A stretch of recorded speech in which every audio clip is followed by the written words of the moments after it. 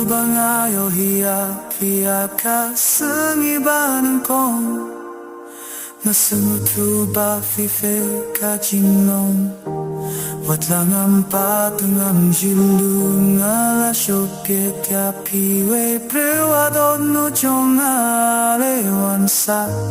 Pafinngay nangangam kwa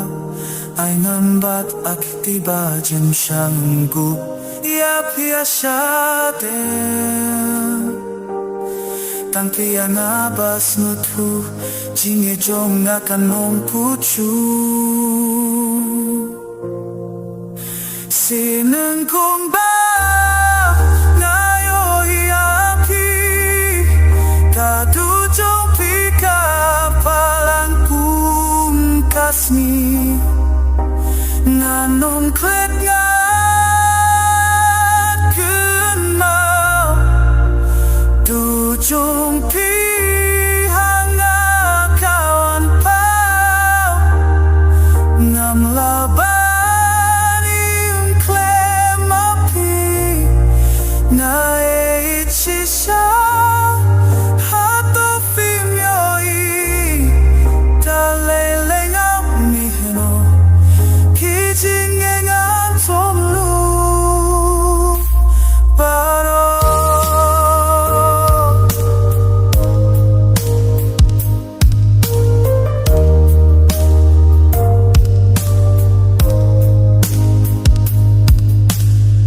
Ngalayo jingken na duba pilaw Katnong at men habak piton hajak Hakif machong pingayo hiya kalaway Natipapin lutang tong amaroy Piyong anong tunjoy akajingin Katnong at men bayong layaki toki kengchen Kajingin tong atang jingi tong filadap Ladapi haban bengay haneng narinap Wat labun kisnem ngatangi